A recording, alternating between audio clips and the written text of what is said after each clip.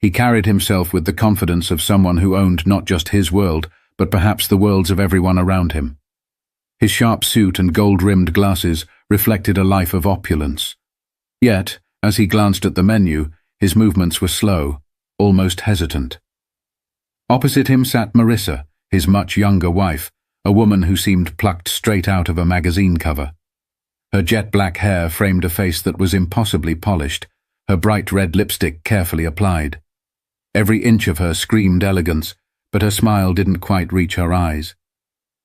She twirled a diamond bracelet on her wrist absent-mindedly, her attention fixed not on her husband, but on her phone screen.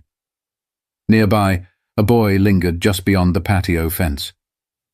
He was small for his age, his oversized hoodie hanging loosely on his thin frame.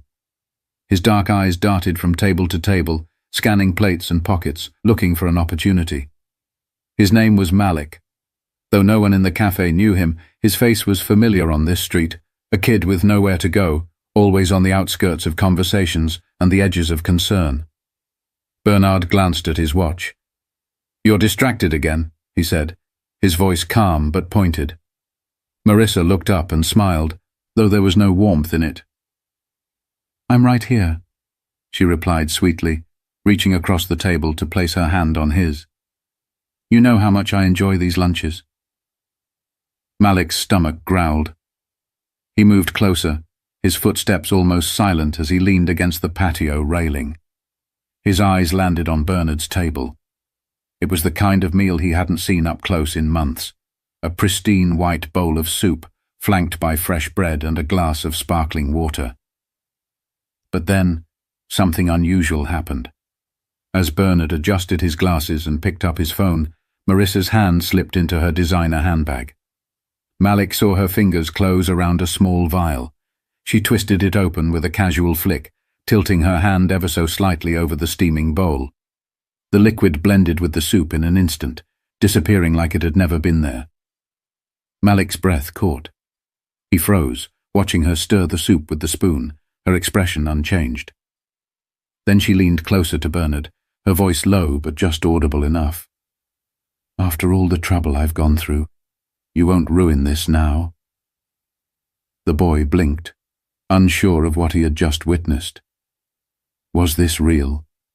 Could a woman who looked so perfect, sitting in a place so polished, really be doing what he thought? But Malik couldn't shake the feeling that something was very wrong. Malik's heart pounded in his chest as he crouched lower behind the railing. He wasn't sure what he'd just seen, but the way the woman's voice carried those cold words, it sent a shiver through him. He clenched his fists, his nails digging into his palms. No one else had noticed. No one else had been paying attention. It was just him. The faint growl in his stomach pulled him back to reality, but his eyes remained fixed on the couple.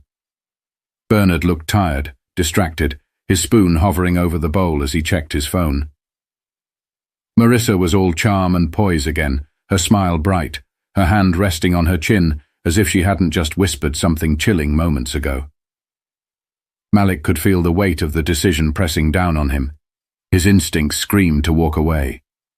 Why get involved? Who would believe a kid like him, a boy in a threadbare hoodie, standing at the edges of a world he wasn't welcome in? He swallowed hard, glancing around at the other patrons. Laughter, chatter, the clinking of glasses. No one cared. No one even noticed him.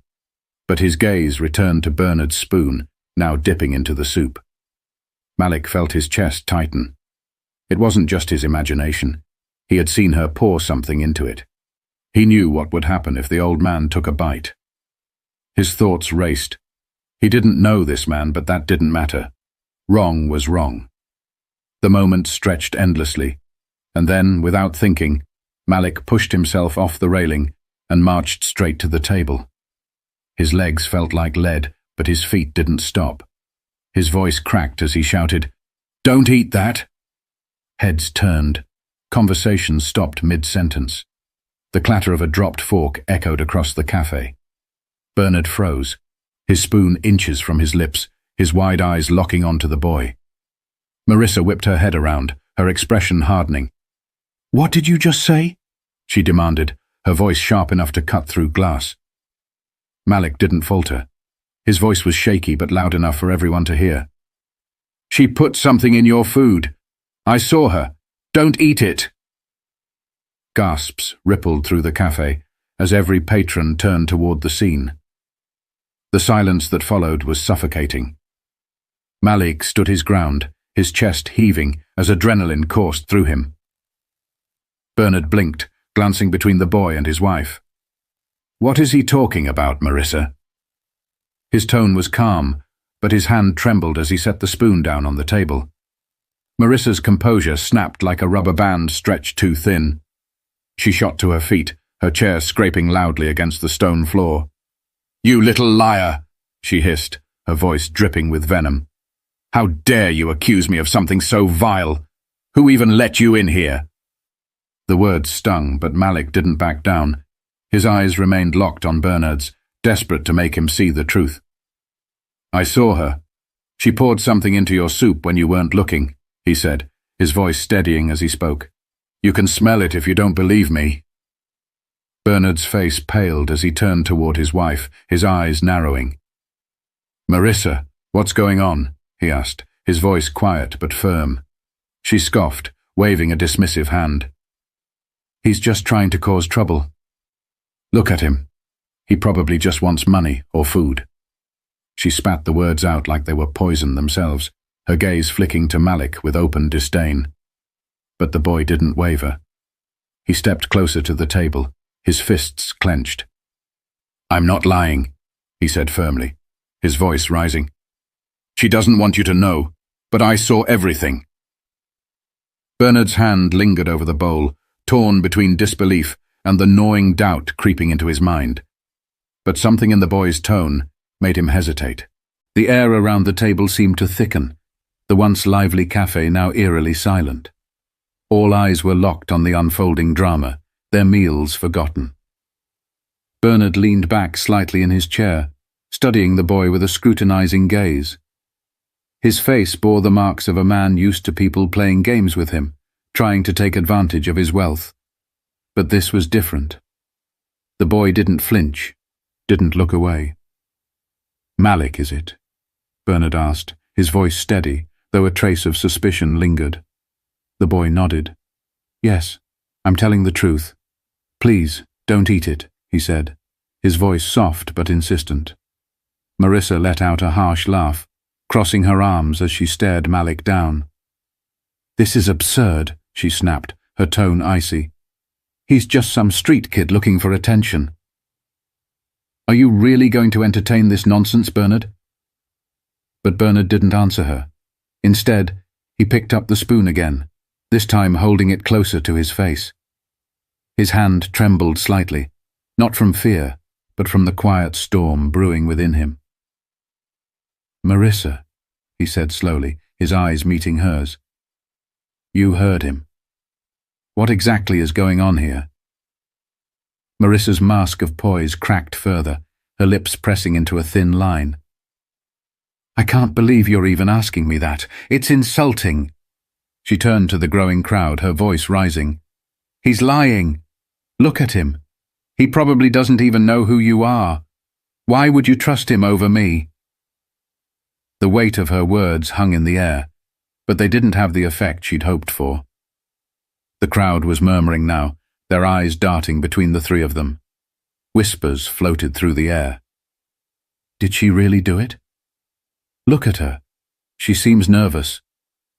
That boy doesn't look like he's making this up. The murmurs only fueled Marissa's fury. She slammed her hands on the table, her polished demeanor gone. "Enough of this. Bernard, eat your damn soup and let's go," she hissed, her voice trembling with rage.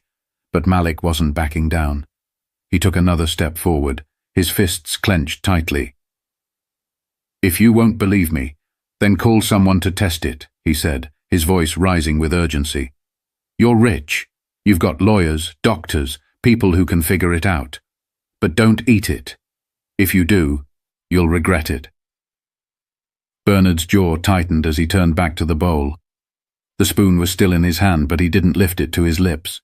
His eyes, tired and calculating, shifted to his wife. "Marissa," he said, his voice low, You've been acting strange for weeks. Now this?" Her face flushed and she stumbled over her words. I don't know what you're talking about. You can't seriously think I'd poison me." Bernard finished for her, his tone razor-sharp. The crowd gasped audibly, their whispers growing louder. Malik stood firm, his gaze unwavering. He could feel his heart pounding, but he wouldn't let it show. He'd done what he could. Now it was up to Bernard to make the next move. Marissa straightened up, her expression hardening into something cold and unfamiliar. "This is ridiculous. I don't have to sit here and listen to this nonsense," she said, grabbing her handbag. But before she could leave, Bernard's hand shot out, gripping her wrist with surprising strength for a man his age. "You're not going anywhere," he said firmly. "Not until we get to the bottom of this." The waiter, who had been frozen in place, finally spoke up. "Sir, should I call the police?" The question sent a ripple through the cafe, and for the first time Marissa looked genuinely panicked. She shook her head violently. "Don't you dare! This is just a misunderstanding. Bernard, you can't seriously—" But Bernard raised his hand, silencing her. "Yes," he said, addressing the waiter without looking away from Marissa. "Call them." Malik felt a surge of relief, but it was fleeting. The truth wasn't out yet, and the tension was far from over. The cafe held its collective breath as the waiter hurried inside to make the call. Bernard let go of Marissa's wrist, his eyes never leaving hers. The once polished charm she wore so effortlessly was now unraveling, replaced by a growing sense of desperation. She glanced around, her lips moving but no sound coming out, as though searching for an escape. Meanwhile, Malik stood a few steps back, his hands shaking slightly. He'd done all he could, but now he felt the weight of doubt creeping in. What if the man didn't believe him after all? What if she managed to talk her way out of this? He clenched his fists, forcing himself to stay rooted in place. "Malik," Bernard said suddenly, his voice cutting through the tension. "You said you saw her put something in the soup. Can you describe it?" The boy nodded quickly, stepping forward. "It was a small bottle, like one you'd use for medicine. Clear liquid. She poured it in when you were looking at your phone, then stirred it. I swear, I saw it." Bernard's face tightened. He turned to Marissa, who was already shaking her head. "This is absurd. He's lying. Why would I—" But Bernard cut her off. "Why would he lie? What could he possibly gain from this?" The crowd murmured again, and the sound of sirens in the distance added to the charged atmosphere. Marissa's eyes darted toward the sound, and for a split second, her carefully crafted facade slipped completely. She looked cornered. Then, as if grasping at straws, she rounded on Malik. "You've been spying on us, haven't you? Trying to cause trouble because you're jealous of people who actually have something." The words hit Malik like a slap, but he stood his ground. "I'm not jealous," he said firmly. "I saw what I saw, and I couldn't just stand there and let you hurt him." The sirens grew louder, and soon 2 police officers entered the cafe. The room seemed to shrink as they approached the table, their hands resting on their belts. "What's going on here?" one of them asked, his tone neutral but authoritative. Bernard stood, his towering frame still commanding respect despite his age. "Officers, I need you to take a look at this," he said, gesturing toward the bowl of soup. "This boy claims my wife poisoned it." The officers exchanged glances, their expressions carefully blank. One of them leaned down, sniffing the bowl cautiously, then turned to Marissa. "Ma'am, do you have anything to say about this?" Her face turned crimson. "This is ridiculous. He's just a street kid trying to make trouble. Bernard, you're really going to let this nonsense go this far?" But the officer wasn't buying her deflection. "We'll need to test the contents," he said, reaching for the bowl. "No!" Marissa snapped, her voice rising. The outburst drew even more attention, and her sudden panic only made her look guiltier. The officer paused, narrowing his eyes. "Ma'am, Is there something you'd like to tell us before we proceed? Marissa hesitated, her chest rising and falling rapidly. She looked at Bernard, then at the officers, her hands trembling as she clutched her handbag. Finally, her resolve crumbled. "Fine," she spat, her voice low but dripping with venom. "You want the truth. I'm tired of living in his shadow, tired of his control over everything. He was never supposed to make it past this year, and I—" She stopped abruptly, realizing too late that she'd said too much. The cafe erupted in gasps, some patrons pulling out their phones to record the scene. Bernard's face went pale as the weight of her confession hit him like a truck. The officer stepped forward, his expression grim. "Ma'am, I'm placing you under arrest for attempted murder. Please put your hands where I can see them." Marissa's composure shattered completely. She screamed, trying to wriggle free as they secured her hands behind her back. "You don't understand. I deserved everything he had. Everything," she shouted, as they led her away, her voice echoing through the stunned cafe. Bernard sank back into his chair, his hand trembling as he pushed the soup away. For a moment he said nothing, his face a mask of disbelief and betrayal. Then his eyes found Malik, who stood frozen, unsure of what to do next. But as Bernard's gaze softened, a flicker of gratitude replaced the anger in his expression. Malik hadn't just saved his life. He'd revealed a truth Bernard would have never seen coming. The cafe slowly returned to a low hum of whispers and murmurs as the officers escorted Marissa out, her protests fading into the distance. Patrons exchanged wide-eyed glances, still reeling from what they had just witnessed. Some looked at Bernard with pity, others with curiosity. But Malik didn't move. He stood rooted to the spot, unsure if he was supposed to stay or slip away quietly. Bernard turned to the boy, his face still pale but his eyes now steady. "Malik," he said softly, gesturing to the seat across from him. "Sit." Malik hesitated, glancing around at the onlookers, but Bernard's voice carried a weight that made him obey. Slowly, he sank into the chair, his shoulders tense.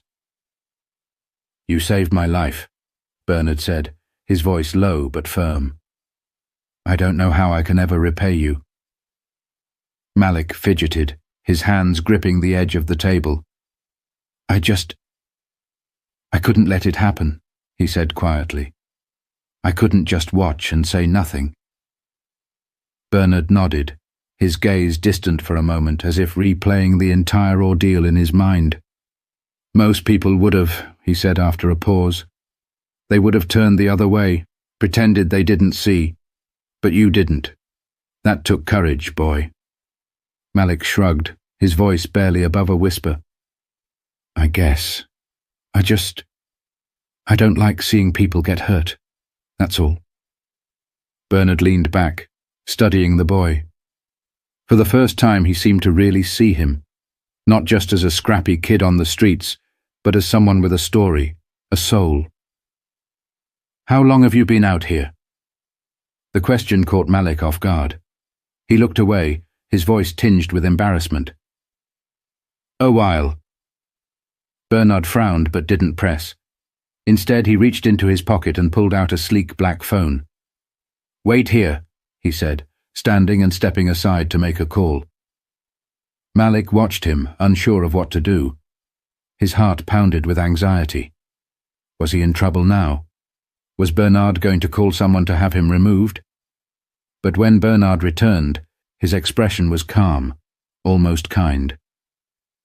"Help is on the way," he said simply. "Help?"